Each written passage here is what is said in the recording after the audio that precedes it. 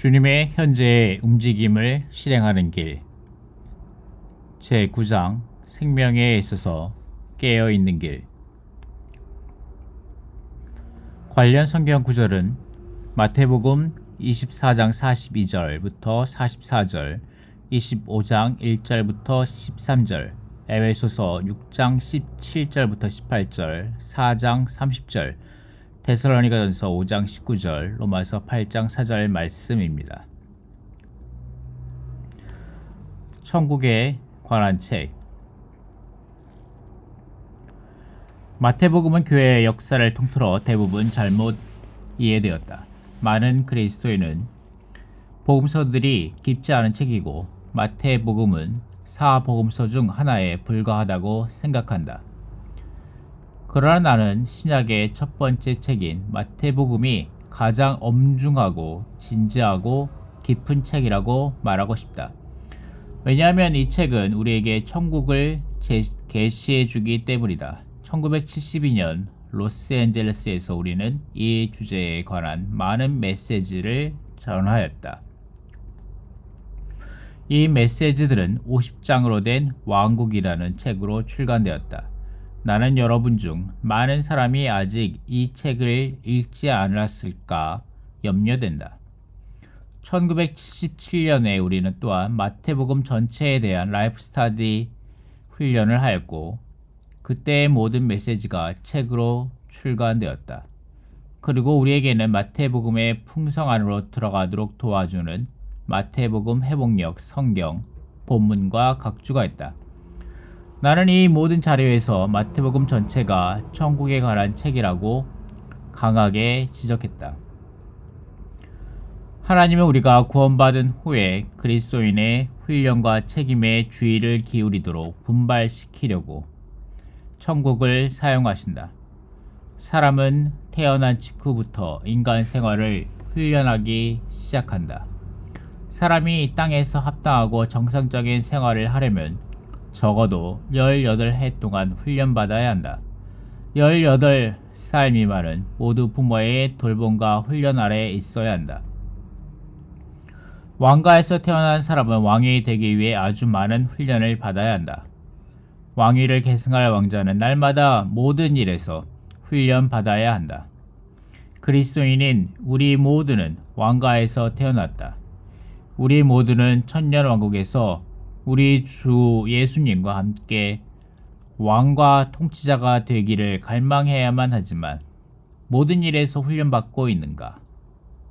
천국의 책인 마태복음은 믿는 이들이 오는 왕국시대에 형벌을 피하고 보상을 얻도록 하는 그리스도인의 훈련에 관한 책이다.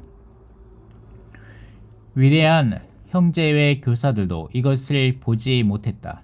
심지어 스코필드가 쓴 관주 성경조차 어리석은 처녀들이 믿는 이들이 아니라고 잘못 강조하고 있다. 이런 해석에 따르면 장래에 형벌이 있으리라는 사실이 희석되고 만다. 어떤 사람들은 우리가 형벌 대신 징계라는 단어를 사용해야 한다고 느낄지 모른다. 그러나 성경에서 특별히 신약에서 형벌과 징계는 사실상 동의어이다. 부모들이 자녀들을 징계할 때 이것은 일종의 벌을 의미한다. 징계한다는 것은 벌을 준다는 것이다. 학교에서 공부를 잘하는 아이는 부모에게서 보상을 받지만 그렇지 못한 아이는 벌을 받는다. 보상을 주지 않는 것도 일종의 징계이자 벌이다. 나는 천년왕국, 특별히 천국의 출현으로서의 천년왕국의 하늘에 속한 부분이 어떤 모습일지 알지 못한다. 아직 내가 그곳에 있지 않기 때문이다. 그러나 주님께 감사드린다. 주님은 이 땅에 계실 때 제자들에게 이런 엄중한 말씀을 하셨다. 또한 하나님의 주권으로 이 모든 말씀이 기록되고 마태복음이라는 책으로 만들어졌다. 오늘날 이 놀라운 책이 우리 손에 있으며 주님은 그분의 긍휼로 우리에게 이 책을 열어주셨다.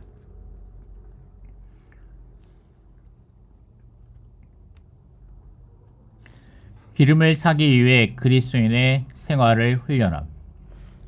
특별히 주의 회복 안에 있는 우리는 그리스도인의 생활을 훈련해야 한다는 경고를 받은 적이 없다고 변명할 여지가 없다. 성경은 그리스도인의 생활을 훈련해야 한다고 상기시키는 경고의 말씀으로 가득 찬 책이다. 사람은 저절로 느슨해진다. 나는 죄를 짓거나 세상을 사랑하는 것은 쉽게 절제할 수 있으나 깨어있지 못하는 것은 너무나 쉽고 자연스러운 것이라고 증언할 수 있다. 우리는 깨어있지 않은 채 대부분의 날과 시간을 보낸다. 우리는 진지함 없이 그리스도인의 생활을 한다. 이것은 완전히 잘못된 것이다. 차를 운전하는 사람은 항상 깨어 있어야 한다. 운전자가 깨어 있지 않으면 자신뿐 아니라 다른 사람도 죽일 수 있다. 적어도 그는 교통경찰에게 딱지를 떼게 될 것이다. 사람들이 너무 느슨해지는 것을 막기 위해 정부가 있다. 마찬가지로 하나님의 자녀들이 너무 느슨해지는 것을 막기 위해 하나님의 정부, 하나님의 왕국이 있다. 요한복음 3장 16절만 읽으면 우리는 하나님께서 얼마나 관대하시지만 깨달을 것이다. 하나님은 영원 과거부터 영원 미래에 이르는 넓은 마음을 갖고 계신다. 하나님의 마음은 매우 넓기 때문에 모든 사람을 포용한다. 요한복음 3장 16절에서 하나님은 매우 관대하시지만 마태복음에서는 그렇지 않으시다. 그분은 심지 않은 데서 거두고 키질하지 않는 데서 모으는 마음이 굳은 주인이시다. 주님은 자신이 그런 분이심을 인정하셨다. 주님은 그분의 많은 노예에게 악하고 게으르다고 말씀하시면서 무익한 그들을 바깥 어둠 속으로 내던져지실 것이고 그들은 거기서 슬피 우며 이를 갈게 될 것이다. 이것 또한 신약 성경의 첫 번째 책에 있는 주님의 말씀이다. 여기서 우리는 엄중함을 보아야 한다. 내가 출판의 일로 매우 바쁠 때 이른 아침부터 저녁까지 수고하던 시기가 있었다. 결과적으로 나는 기도하는 시간을 많이 갖지 못했고 그것에 대해 회개했대. 우리는 개인적인 그리스도인의 생활에서 기도하지 않는 것이 집회에 오지 않는 것보다 더욱 심각한 문제임을 깨달아야 한다. 깨어서 기도하는 생활을 소홀히 한다면 그것은 매우 게으르다는 의미이다. 그것은 우리 그리스도인의 생활에 큰 손실과 부족을 초래할 것이다. 그런 일이 발생하는 이유는 깨어있지 않기 때문이다. 하루 종일 기도하지 않는다면 우리는 그날 하루 동안 결코 깨어있을 수 없다. 30분 동안 주님을 향해 기도하는 영을 갖지 않는다면 우리는 그 30분 동안 결코 깨어있을 수 없다. 우리는 마태복음이 엄중한 책이라는 것을 다시 한번 깨달아야 한다. 25장에 나오는 비유는 다음과 같이 시작된다. 그때의 천국은 마치 열 처녀와 같습니다. 이것은 엄중한 책에 나오는 천국에 대한 비유로서 우리가 더욱 깨어 그리스도인의 생활을 훈련하도록 일깨워준다. 교통경찰에게 딱지를 떼는 것은 범칙금으로 끝나지만 마태복음 25장 1절부터 13절까지의 비유는 적어도 1000년 동안의 우리의 운명과 관련된다. 범칙금을 제때 내지 않으면 그 액수가 계속 불어날 것이다. 이와 마찬가지로 이 시대에 여분의 기름을 사는 데 필요한 대가를 지불하지 않는다면 다음 시대에 지불해야 할 대가는 매우 크고 높고 비쌀 것이다. 마태복음에는 그리스도인의 생활을 훈련하는 것에 주의를 기울여야 한다고 경고하는 말씀이 있다. 마태복음 25장 1절부터 13절까지의 비유에서 모든 믿는 이는 처녀에 비유된다. 성경에 기록된 시대의 유대인 관습에 따르면 처녀는 외부인을 접촉하지 못하도록 엄격히 통제되었다.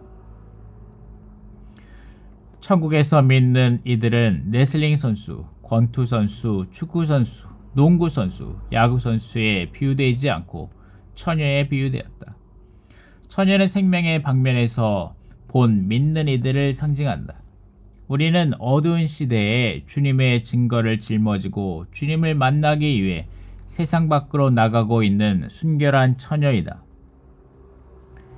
신약은 주님께서 오시리라는 매우 엄중한 말씀으로 우리에게 명령하고 경고한다. 우리 중 누구도 주님께서 어느 날 어느 시각에 오실지를 알지 못한다. 우리가 그분을 믿지 않는다면 불못에 가게 될 것이다. 그분을 믿는다면 불못에서의 영원한 멸망은 면하겠지만 깨어있는 생활을 하지 않으면 시대적인 형벌을 받게 될 것이다. 우리에게는 첫 번째 생활에 출생에 대한 선택권이 없었다. 어떤 사람들은 자신이 태어나지 않았다면 훨씬 좋았을 것이라고 생각한다. 그러나 태어나고 태어나지 않고는 우리가 아니라 주님께 달린 문제이다. 또한 우리는 그리스도인이 되었다. 우리는 주님에 의해 미리 정해지고 선택되고 부름받았을 뿐 아니라 거듭났다. 우리는 졸튼 짙은 관계없이 그리스도인이 되었고 오히려 우리의 주님은 우리가 졸튼 짙은 관계없이 다시 오실 것이다. 그분을 맞이하려면 무엇을 해야 하는가? 우리는 반드시 준비되어야 한다. 처녀들인 우리는 아주 유쾌한 사람인 신랑으로서 우리에게 오실 분을 맞이하기 위해 밖으로 나가고 있다. 엄중한 책이 마태복음에서 주님은 자신이 언제 올지 알려주지 않으셨다. 그분께서 우리에게 알려주지 않으셨다는 것은 우리가 깨어서 항상 훈련해야 한다는 것을 의미한다. 우리 모두는 빛나는 증거인 등을 들고 우리의 신랑을 맞이하기 위해 세상 밖으로 나가고 있다. 우리 사람의 영은 여호와의 등이다. 이 등은 밝게 빛을 비춰야 하기 때문에 기름이 필요하다. 성경의 예표에서 기름은 하나님의 영을 상징한다. 우리는 불타는 기름이신 그 영이 필요하다. 우리는 빛나는 증거를 가지고 그분을 만나러 밖으로 나가고 있기 때문에 불타는 기름, 즉 불타는 영이 필요하다. 등과 함께 그릇이 있다. 어리석은 사람은 자신의 영인 등에는 기름이 있지만 자신의 혼인 그릇에는 여분의 기름이 없다. 우리는 그분의 증거를 짊어지고 그분을 만나러 나가는 상태여야 한다.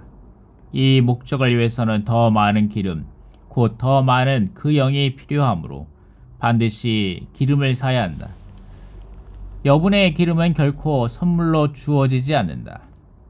우리는 값없이 이것을 얻을 수 없다. 우리는 기름을 살 필요가 있다.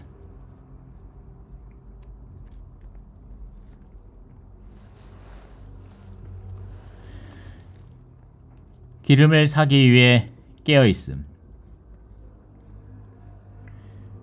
이제 우리는 어떻게 깨어있을지를 보아야 한다. 즉 어떻게 기름을 사야 할지를 보아야 한다. 깨어있다는 것은 기름에 주의를 기울인다는 것이다. 젊은 그리스도인이었을 때 나는 깨어있는 것이 주님의 다시 오심을 위해 하늘을 바라보고 심지어 주님께서 오실 날짜를 계산하는 것이라고 생각했다. 그 후에 나는 이런 인식이 전혀 현실적이지 않음을 깨달았다. 마태복음 25장 1절부터 13절까지를 거듭 읽으면서 나는 깨어있는 것이 기름의 주의를 기울이는 것임을 깨닫게 되었다.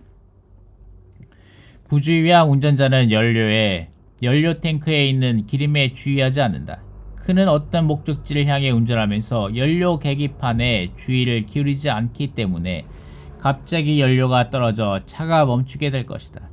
그는 부주의했기 때문에 곤난을 겪게 될 것이다.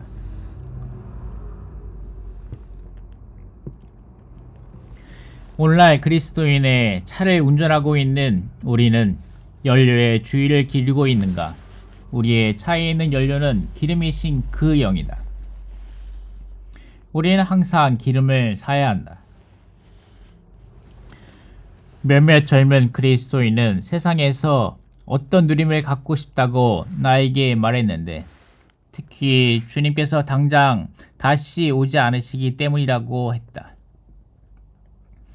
그들은 또한 주님께서 그들에게 즐거운 시간을 주셨다고 말했는데, 이것은 그들이 세상적인 쾌락을 누리고 있다는 뜻이다.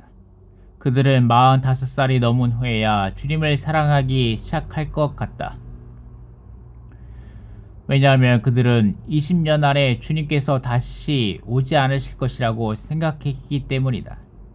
주님께서 그분의 다시 오심을 늦추신다 하더라도 여러분은 자신이 언제 죽을지 알고 있는가?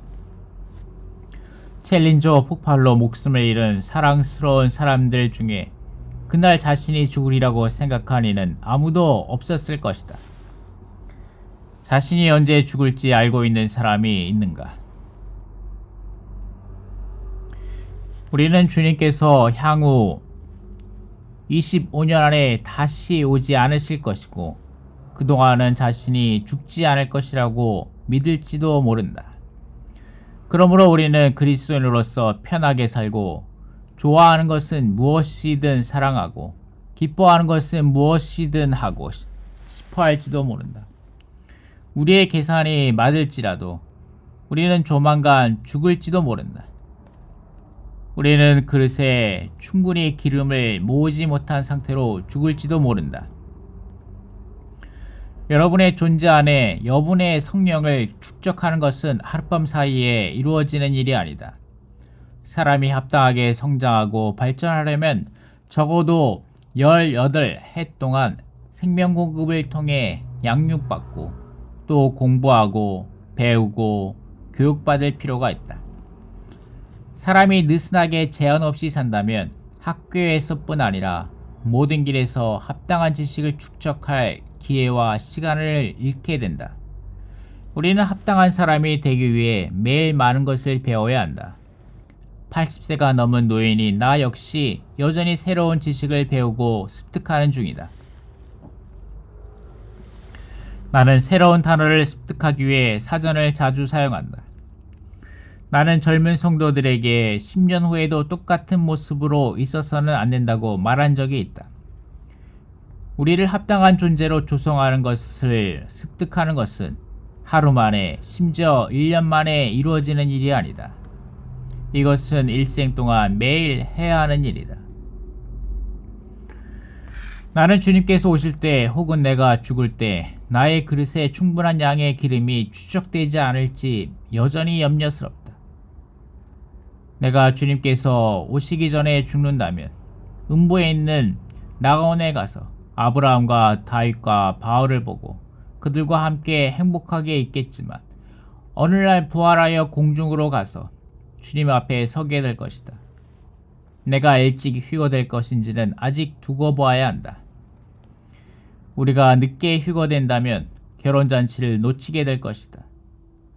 나는 여러 가지 많은 일에 대해 확신이 있지만 결혼잔치에 참여하는 문제에 대해서는 확신이 없다. 깨어있는 것은 주님의 다시 오심을 깨어서 기다리는 것만을 의미하지 않는다. 깨어있는 것은 기름을 삼으로써 매일 자신을 준비하는 것이다. 우리는 매일 기름을 사야 한다. 영적인 변화는 매일의 문제인 동시에 일생의 문제이다. 기름이 매일 우리 존재 안에 더해져서 우리 안에 축적되고 모아져야 한다. 많은 경우 우리는 기름을 사는 데 있어 매 순간은 고사하고 하루도 합당하게 훈련하지 않는다. 아기는 매일 먹는 음식에 의해 성인이 된다.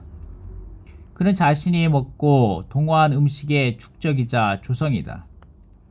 휴거되어 신랑의 결혼잔치에 들어갈 자격을 얻으려면 영적인 기름을 축적하는 긴 과정을 통과해야 한다. 우리는 그리스도인이 된 이후부터 매일 기름을 사서 우리의 그릇에 모아두어야 한다. 나는 오순절주의적인 그리스도인들의 모임에 참석한 적이 있다. 그들은 집회 중에 이른바 방언으로 말하고 기도했지만 집회가 끝나면 아무도 깨어있지 못한 것처럼 보였다. 나는 그들이 모든 방면에서 느슨한 것을 보았다. 나는 나의 영 안에서 그들과 함께 있는 것을 훈련했다. 우리의 영은 말하고 행동하는 것에서 항상 우리를 제한한다. 나는 그런 집회에서 그들과 함께 있는 동안에도 그 영을 더욱 많이 얻었다고 믿는다. 왜냐하면 그분의 긍휼로 말미암아 나는 그 영으로 채워지기를 기도함으로 깨어 있었기 때문이다. 그리스도인의 생활은 텔레비전을 보고 신문을 읽고 운동 경기를 관람하고 세상적인 쾌락을 즐기는 것을 율법적으로 규제하는 문제가 아니다. 그리스도인의 생활은 어떤 것이 성경적인지 아닌지의 문제가 아니다. 그리스도인의 생활은 기름을 사는 것에 대한 문제이다. 여러분은 기도는 하지 않지만 텔레비전은 볼 것이다. 여러분은 기도는 하지 않지만 신문은 읽을 것이다. 여러분은 기도는 하지 않지만 운동은 할 것이다. 여러분의 일상생활에는 많은 하지만이 있다. 여러분은 기도하지 않는다. 여러분은 어떤 죄악된 것을 하지 않을지도 모른다. 그러나 처녀들의 비유는 주님께서 우리가 얼마나 많은 죄를 지었는지가 아니라 우리의 그릇에 얼마나 많은 기름이 있는지에 따라 우리를 심판하실 것임을 보여준다. 우리의 영, 곧 우리의 등 안에 성령을 받아들인 데에는 대가가 필요하지 않다.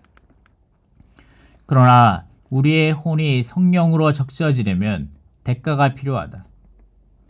우리의 혼이 성령으로 적셔지려면 반드시 대가를 지불하여 우리의 혼을 처리해야 한다. 나는 기름을 사기 위해 여러 방면에서 나의 혼을 처리해야 했다. 나는 어떤 사람과 농담하는 것이 나쁘지 않다고 여겨 몇 마디 농담을 했을 때 유죄 판결을 받았다. 나는 대리석 조각이 아니라 살아있는 사람이다. 모든 사람은 자신의 의견을 갖고 있다. 그러나 나는 기름을 사야 하기 때문에 나의 의견이 표현되려 할 때 자신을 멈춘 적이 많다. 많은 경우 이런 관점이 나의 일상생활에 영향을 주었다. 아내와 말다툼을 하면 그 영을 더 얻을 수 있는가? 혹은 어떤 장소에 가면 그 영을 더 얻을 수 있는가? 나는 어떤 장소에 가고 싶어 할지도 모르지만 내 안에 평안이 없다. 내가 말하려는 요점은 이것이다. 우리가 사는 하루하루가 각 방면에서 기름을 얻는 날이 되어야 한다. 우리는 아침에 눈을 뜨자마자 이렇게 기도해야 한다. 주님, 저는 부주의하게 어떤 일을 행하거나 기름을 사지 못하는 어떤 일을 하고 싶지 않습니다. 저는 어떤 때나 어떤 일에서나 기름을 사고 싶습니다. 기름을 사지 않는다면 무엇을 하든 저의 시간을 낭비하는 것입니다. 이것이 우리의 기도가 되고 심지어 기도하는 태도가 되어야 한다. 많은 날 밤에 나는 내 모든 시간을 영 안에서 보내지 않은 것을 후회했다.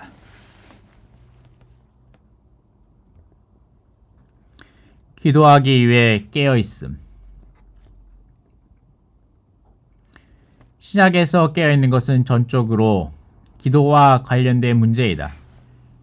에베소서 6장 18절은 기도하기 위해 깨어있으라고 말한다. 우리는 기도하는 생활을 위해 경계하면서 깨어있어야 한다. 18절에 있는 이것을 위하여 깨어있으며 라는 말씀은 17절에 기도와 간구에 관련된 것이다. 기도하는 것 외에는 기름을 얻는 다른 길이 없다. 기도하지 않는 것은 기름을 사는데 대가를 지불하지 않는 것을 의미한다. 우리는 기도를 통해 그 영을 더 많이 얻는다. 기도할 때마다 우리는 기도를 통해 그 영을 좀 더 얻었다는 깊은 느낌을 받는다. 우리의 시간을 다른 수많은 일이 아닌 기도에 보냈다는 것은 기름을 얻기 위해 대가를 지불했다는 것을 의미한다.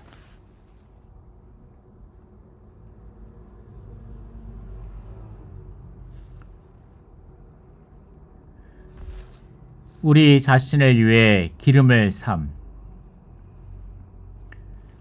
열 처녀 모두가 죽음에서 일으켜졌지만 부활 후의 휴거는 그들의 그릇에 얼마나 많은 기름이 있는지에 의해 결정되었다.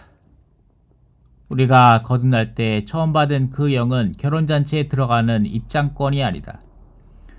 충분한 기름이야말로 우리가 결혼잔치에 들어갈 수 있는 입구와 입장권이 될 것이다. 어리석은 처녀들은 그들에게 충분한 기름이 없다는 것을 발견하자 현명한 처녀들에게서 기름을 빌리고자 했다. 그러나 현명한 처녀들은 자신들의 기름은 자신들이 쓰기에만 충분하다고 말했다. 여기에 한 가지 원칙이 있다. 우리는 다른 이들의 영성을 결코 빌릴 수 없다. 어떤 사람의 영성은 그 자신에게만 자격을 줄 수 있다. 우리는 다른 사람이 먹은 것을 빌려올 수 없고 다른 사람은 우리를 위해 먹어줄 수 없다. 그것은 불가능하다. 다른 사람이 연구한 것 역시 빌려올 수 없다. 우리는 다른 사람에게 학교에 가달라고 부탁한 후에 그가 배워온 것을 빌릴 수 없다. 현명한 처녀들은 어리석은 처녀들에게 그들 자신을 위해 스스로 기름을 사야 한다고 말했다. 어리석은 처녀들이 기름을 사러 갈 때 충분한 기름을 가진 준비된 이들이 휴거된다. 의심할 바 없이 이것은 대환난 전일 것이다. 어리석은 처녀들은 기름 파는 사람들에게 가야 했다. 스가랴서 4장 11절부터 14절까지와 요한계시록 11장 3절과 4절에 따르면 두 올리브 나무이자 기름의 두 아들인 대환난 동안의 두 증인이 기름을 파는 이들이 될 것이다. 이것은 그들이 사람들에게 그 영을 더욱 줄 것이라는 뜻이다. 어리석은 처녀들은 대환난 기간에 그들에게 가서 기름을 사야 한다. 그때 온 땅은 대환난이 일어나는 장소가 될 것이다. 여러분이 거기에 있게 된다면 고통을 당하고 대환난을 통과하게 될 것이다. 대환난 중에 기름을 파는 이들에게 가지 않으면 어리석은 처녀들은 결코 기름을 얻지 못할 것이다. 이것은 어리석은 처녀들이 기름을 얻기 위해 고통스러운 대가, 즉 그리스도인의 일생에서 지불해 본 적이 없는 대가를 지불해야 함을 보여준다. 심지어 부활한 후에도 그들은 기름에 대한 대가를 지불하기 위해 어떤 고난을 통과해야 할 것이다. 마침내 어리석은 처녀들이 왔지만 그들이 온 것, 즉 그들의 휴거는 너무 늦었다. 여기에서의 요점은 우리가 구원받은 시점 이후로 매일의 시간을 아껴 기름을 사야 한다는 것이다. 오늘부터 우리 모두는 분발되어 기름을 사야 한다.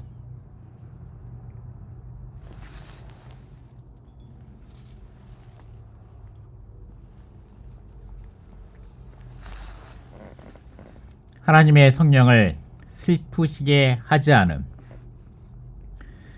에베소서 4장 30절은 우리에게 하나님의 성령을 슬프시게 하지 말라고 말한다. 그분을 슬프시게 하지 말라. 우리 몸의 구속에 이르도록 우리에게 지금 도장 찍으시는 성령께서 우리 안에 계신다. 우리는 그분을 기쁘시게 해야 한다.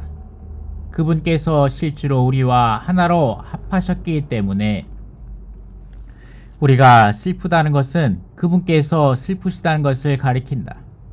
우리가 집회에 오지 않거나 집회에 와도 기능을 발휘하지 않는 것은 그 영을 슬프시게 한다.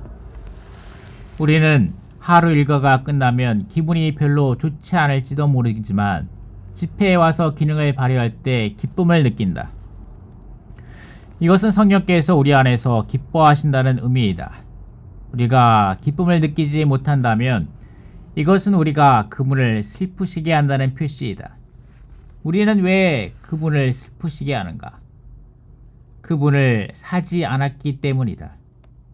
우리는 그분을 위해 대가를 지불하지 않았다. 그분은 기름이시다. 그 영을 끄지 않음. 데살로니가서 5장 19절은 그 영을 끄지 마십시오 라고 말한다. 우리는 종종 그분을 슬프시게 할 뿐 아니라 그분을 끄기까지 한다. 때로는 주님께 잠시만 참으시고 우리를 내버려 두시라고 말할지도 모른다. 우리는 그 영께서 우리 안에서 움직이고 계신 것을 알지만 그것을 좋아하지 않을지도 모른다. 그 영을 끄는 것은 기름을 사기를 거절하는 것이다. 우리는 많은 일에서 그 영을 사지 않기 때문에 우리 존재 안에 그 영을 더 많이 축적할 기회를 놓친다. 그 영을 따라 행함. 신약 안에 있는 거의 마지막 명령은 영을 따라 행하라는 것이다. 여기에서의 영은 하나님의 성령과 연합된 우리의 영, 곧 우리의 연합된 영이다. 행하는 것은 살고 움직이고 처신하고 일하고 존재하는 것이다. 우리는 영을 따라 존재해야 하는데 이것이 바로 그 영을 사는 것이다. 우리의 생각과 말과 태도와 표현이 모두 영을 따라야 한다. 우리가 영을 따라 존재한다면 이것이 바로 그 영을 사는 것이다. 그러나 영을 따라 행하고 존재하려면 큰 대가를 지불해야 한다. 우리는 지나치게 많이 통화하는 것이나 신문을 읽을 때 첫면에서 그 다음 면으로 넘어가는 것을 멈춰야 할지도 모른다. 열매 맺지 못하는 상태를 일수하기 위해 기름을 삼. 참된 부흥이 일어나야 한다. 우리 자신이 가서 기름을 사야 한다는 것을 깨닫기 위해 장래에 부활할 때까지 기다릴 필요가 없다. 우리는 오늘 일어나야 하고 매일 대가를 지불하여 그 영을 사야 한다. 이것이 참된 부흥이다. 나는 우리가 그런 사람이 되면 열매를 맺을 것이라고 굳게 믿는다. 많은 사람이 자신에게 열매가 없음을 인정해야 할 것이다. 나는 열매 맺지 못하는 상태를 보는 것이 싫다. 우리는 사람들의 비방과 비난 때문에 열매가 없다고 별명할지 모른다. 그러나 지난 몇 년간 사람들을 접촉하고 주 예수님을 말하는데 얼마만큼 수고했는가. 지난 두세 개 동안 많은 선교사가 변명을 했다면 그들은 결코 외지로 나가지 못했을 것이다. 중국에 온 사랑스러운 선교사들은 이렇게 말할 수도 있었다. 중국인들은 닫혀있고 너무나 보수적입니다. 매일 그들이 문을 열어준다고 해도 만일 그들이 문을 열어준다고 해도 그들은 서양인이 하는 말을 전혀 들으려 하지 않습니다. 내가 중국에 간다면 그것은 시간 낭비입니다. 사역에 전진하려고 할 때마다 이에 맞서는 변명이 있다.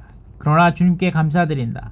그 선교사들은 외지로 나갔고 온갖 어려움을 겪었다. 내가 보기에 선교사 중 가장 뛰어난 이들은 100여 년 전 중국에 온 장로회 선교사들이다. 그들은 우리만큼 많은 진리나 빛이나 생명의 성장은 없었지만 예수님을 위하고 그분을 가난한 사람들에게 전파하려는 마음이 있었다. 그들은 큰 성공을 거두었고 나 역시 그들의 수고 덕분에 이곳에서 사역을 하고 있다. 그들은 주 예수님을 전파할 문을 열기 위해 모든 것을 하였다. 우리는 성장하는 시기에 그들의 선교의 일에 영향을 받았고 나는 선교단체가 세운 학교에서 공부했다. 그들은 성경을 중국에 가져왔고 그것을 중국어로 번역했으며 번역된 성경을 우리에게 전해주었다. 더욱이 그들은 주 예수님을 전파했다. 그들은 적어도 예수님은 여러분을 사랑하십니다 라고 중국어로 말할 수 있었다. 때로는 어린 아이들이 그들을 조롱하며 돌을 던졌다. 그들은 사람들에게 예수님은 여러분을 사랑하십니다 라는 말밖에 할 수 없었지만 어떤 사람은 참으로 그들에게 사로잡혔다. 성도들이 우리에게는 별명할 말이 없다. 우리는 머나먼 중국까지 갈 필요가 없다. 우리는 우리의 예루살렘인 우리의 지역에서 살고 있다. 우리는 나가야 한다. 적어도 한두 주에 한 번은 이웃에게 갈 수 있다. 우리는 동일한 이웃을 1년에 26번 방문할 수 있다. 나는 우리가 이렇게 이웃을 방문했는데 아무 일도 없을 것이라고 믿지 않는다. 어떤 일이 일어날 것이다. 우리 모두가 1년에 한 명씩 얻는다면 모든 교회의 인수는 2배가 될 것이다. 과거 몇 년 동안 어떤 교회들은 너무 적게 증가했다. 이것은 부끄러움이 아니겠는가? 이는 우리가 매일 기름을 사지 않았기 때문이다. 우리가 매일 기름을 샀다면 그것은 열매를 맺지 못하는 상태를 일소하는 무언가를 상출했을 것이다. 우리는 틀림없이 열매를 맺었을 것이다. 단지 나가서 책을 나눠 주라고 형제들을 격려하는 것은 일시적인 것이다. 여분의 기름을 사는 생활을 함. 나의 부담은 여러분이 다른 것에 시간을 낭비하지 말고 일어나서 늘 여분의 기름을 사는 생활을 해야 한다고 교통하는 것이다. 여러분이 어떤 일을 할 때 그것이 시간 낭비라고 느낀다면 그만두는 편이 낫다. 주님을 접촉하고 기도하는데 그 시간을 사용하라. 이것이 기도하기 위해 깨어있는 것이다. 깨어있는 것은 시간을 흘려보내거나 낭비하지 않고 모든 시간을 기름을 사는 기회로 활용하는 것이다. 시간은 제한되어 있으므로 기름을 사는 것이 우리의 시간을 아끼는 최상의 길이다. 우리 모두는 일어나야 한다. 나는 이미 여러분에게 더 깊은 진리들을 충분히 제시했다고 믿는다. 나는 여러분에게 이런 방식으로 교통해야 한다는 부담을 느낀다. 우리 모두는 매일, 심지어 매 시간 기름을 사는 생활을 해야 한다. 우리는 옷을 입고 쇼핑하고 말하고 생활하는 모든 방식에서 기름을 사야 한다. 우리는 모든 일에서 진지할 뿐 아니라 마태복음 25장 1절부터 13절까지 해서 주 예수님께서 주신 엄중한 비유를 고려해 보아야 한다. 우리가 일찍 휴거되어 결혼잔치에 들어가냐는 이 시각부터 매일 그 영을 사는 것에 달려있다. 이것은 하룻밤 사이에 이루어지는 문제가 아니라 일생의 문제이다. 합당하고 충분한 교육을 받는 것은 하룻밤 사이에 이루어지는 문제가 아니다. 한 사람이 대학 교육까지 마치려면 유치원에서 시작하여 여러 단계를 거쳐야 한다. 이러한 교통을 진지하고 엄중한 것으로 받아라. 이것은 충고만이 아니라 사랑 안에서 여러분 모두를 향한 나의 진지한 교통이다. 나는 우리 모두가 일어나서 이런 생활을 하기 바란다. 나는 사람들을 단지 흥분시키거나 감동시키는 것을 좋아하지 않는다. 그것은 효력이 없기 때문이다. 주님께 필요하고 우리에게 필요한 유일한 것은 우리가 일어나 일상생활의 모든 일에서 항상 대가를 지불하여 기름을 사는 것이다. 아멘. 지금까지 함께 여러분과 나눈 이 책은 한국보험서원에서 구입하여 직접 읽어보실 것을 추천드립니다. 감사합니다.